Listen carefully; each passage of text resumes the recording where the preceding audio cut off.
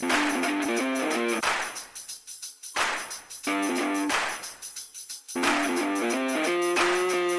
everybody, thanks for tuning in to another episode of Spirit of Vinyl. My name is Craig. Hope you guys are all doing well out there. Well, this week we're going to talk about this killer album here, Death, Leprosy.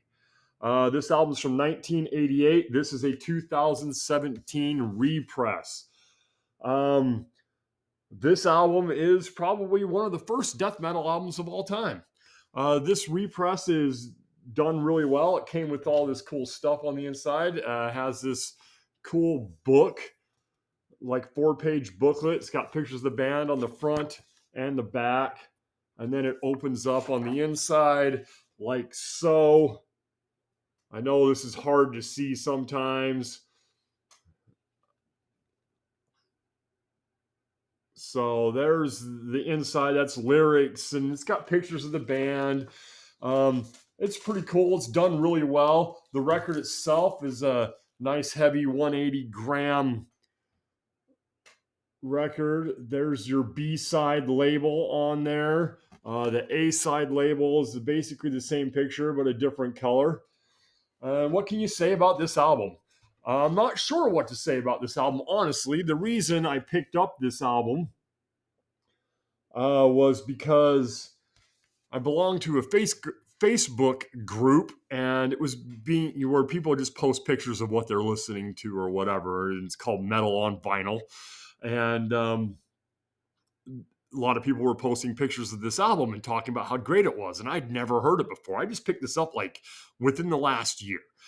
So I'm at the record store one day, and there it is. And I'm like, well, I got to buy it. I mean, hell, even on cover alone, I mean, this thing is one of those epic albums, one of those great album covers, you know? So I bought it. I mean, why not, right? And gave it a listen. And, me and my son listened to it.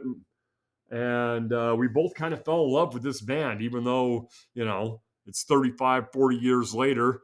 I was aware of this band when I was younger, but I was listening to hair metal and thrash and stuff, and death just seemed like it was going to be too extreme. I don't listen to death metal or whatever was the thinking at the time. As I've gotten older, music tastes have changed a little bit, and my music has gotten harder. I listen to a lot heavier music now than I did back then. It could be because of the times, and there is a lot heavier music now than there was back then. Maybe that's the reason why.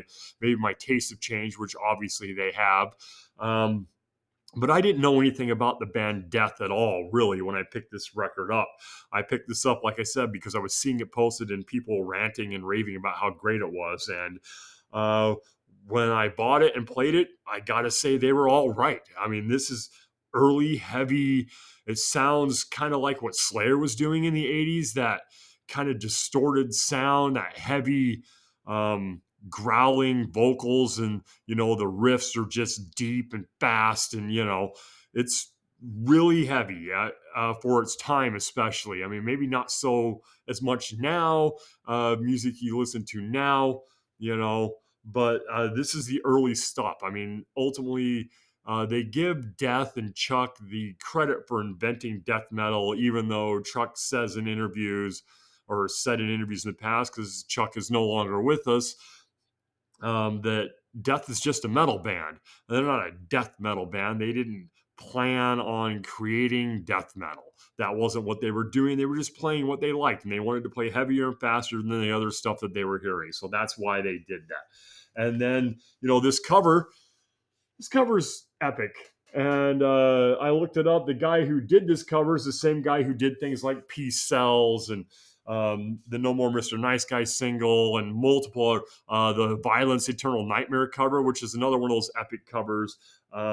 So, I mean, the cover alone is one of these things. And this album takes a place on my wall behind me here. Yeah, you look right there, there's an empty spot. That's where that album usually sits to show off, because this is one of those records that everybody needs to see when they walk in the room, just to kind of see what the image of the room is, I guess you'd say.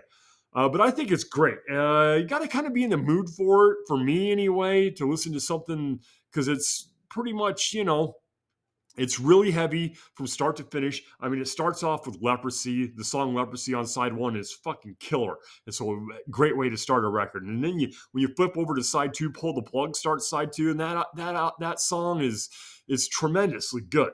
I mean, this is raw, hardcore music, and like I said, it is the invention of death metal. And maybe they were early thrash or whatever. Like I said, Chuck just likes to say they're a metal band. I got this album. It's like $30. They was repressed in 2017.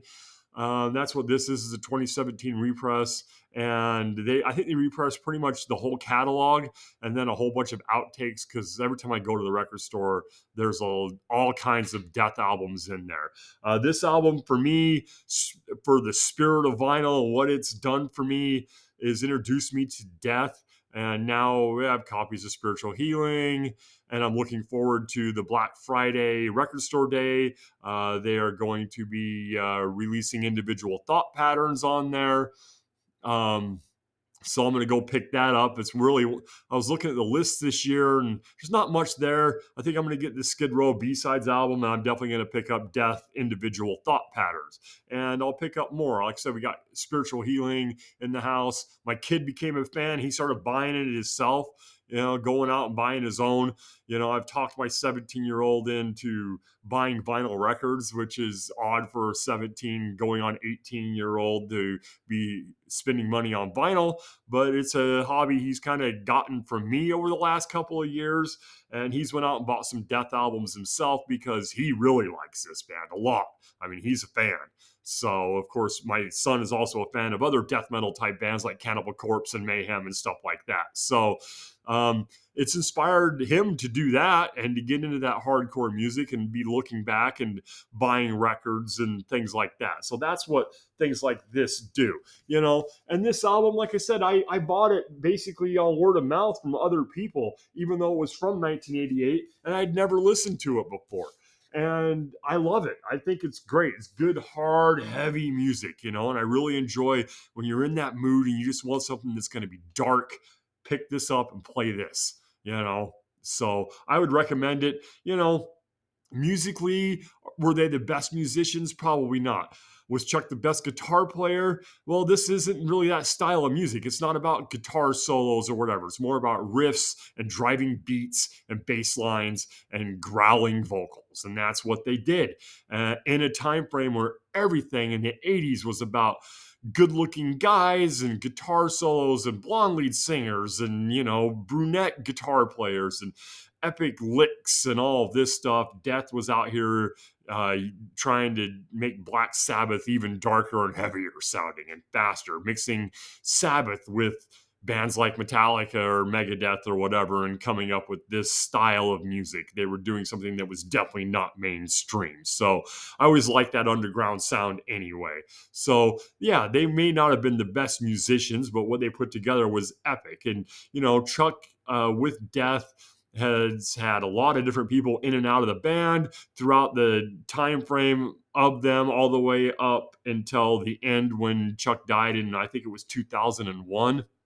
Which is unfortunate because the resurgence of heavy music would have probably brought this band back into the forefront. And one of those, they would be doing festivals and everything else, because what's old is new again, or nostalgia or whatever. I think they probably would have been on that circuit out there with Louder Than Life and all these other festival type things, playing side stages or playing early main stage type stuff, because a lot of the musicians out there cite this band as one of their influences. And they would have came back. Now that we've got heavy music, we got bands like Pantera and stuff like that coming back and playing again. So I think Death would have done the same thing. So it's unfortunate that Chuck died without seeing that type of success. And I think Death has a resurgence now because those albums are, like I said, in the record store all the time, and people are buying them and listening to them still to this day. So I'd give it like 4 out of 5 stars.